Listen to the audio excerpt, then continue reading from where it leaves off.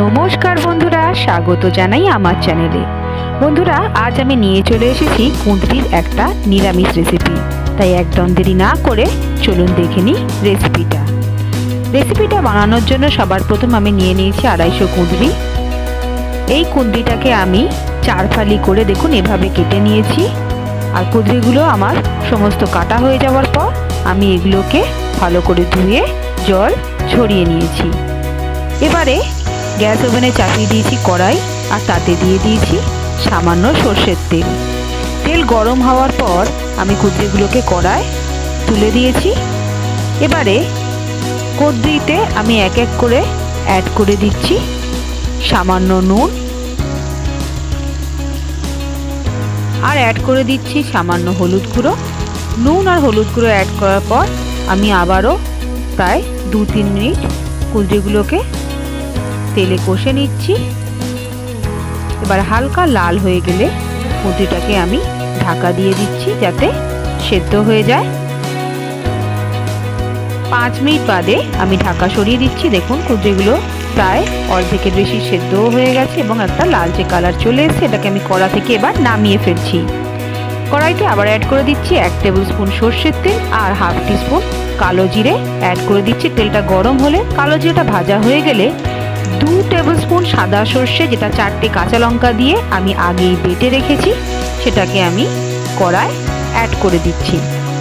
আর মিক্সির বাটি ধোয়া সামান্য জলও আমি কড়ায় অ্যাড করে দিচ্ছি। খুব বেশি জলেতে দিতে লাগবে না। এবার অ্যাড করে দিচ্ছি 1/2 টিস্পুন হলুদ গুঁড়ো।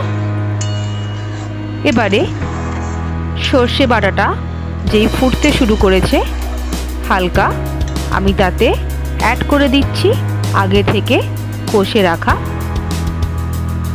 কুঁদরি ভাজাটা। এবারে আমি ভালো করে গ্রেভির সাথে কুঁদরিটাকে মিশিয়ে নিচ্ছি। শীতকালে বন্ধুরা এরকম করে দেখতে পারেন, সত্যি খুব অসাধারণ লাগে গরম ভাতের সাথে খেতে। নিরামিষ রেসিপি, খুব বেশি আমার কোনো ঝামেলাও নেই, খুব চটজলদি একটা টেস্টি রেসিপি এটা কুঁদরির। এবারে এটাকে আমি একদম ড্রাই করে নেবো, এই জন্য আমি খুব বেশি জল এটা অ্যাড করিনি, যাতে কুঁদরিটা ভাজা ভাজা হয়ে যায়। দেখুন অনেকটাই এর রস মরে গেছে। এবারে আমি এটাকে একেবারে ভাজা ভাজা করে নেবো, যাতে এতটুকু জল রেসিপিতে না থাকে। প্রায় অনেকটাই জল মরে গেছে। এবারে আমি কুঁদরিতে অ্যাড করে দিচ্ছি সামান্য চিনি, 1/2 টিস্পুন মতো চিনি আমি কুঁদরিতে অ্যাড করে দিয়ে ভালো করে এটাকে ভাজা ভাজা করে নিচ্ছি। নিরামিষ তরকারিতে সামান্য মিষ্টি বেশ ভালোই যায় বন্ধুরা, তাই অবশ্যই রেসিপিটা বাড়িতে ট্রাই করে দেখুন। রেসিপিটা ভালো লাগলে ভিডিওটাকে লাইক শেয়ার করতে ভুলবেন না। আর আমার চ্যানেল নতুন বন্ধু হলে চ্যানেলটাকে অবশ্যই সাবস্ক্রাইব করে নেবেন, যাতে এই রকমই সুন্দর, ইজি অথচ ভালো রেসিপি চটজলদি চলে যায় আপনার কাছে।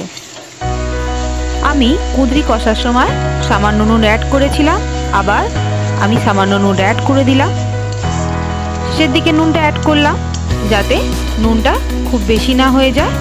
এবারে আবারও ভালো ভালো করে ভাজা ভাজা করে আমি কুঁদরিটাকে কড়া থেকে নামিয়ে ফেলবো।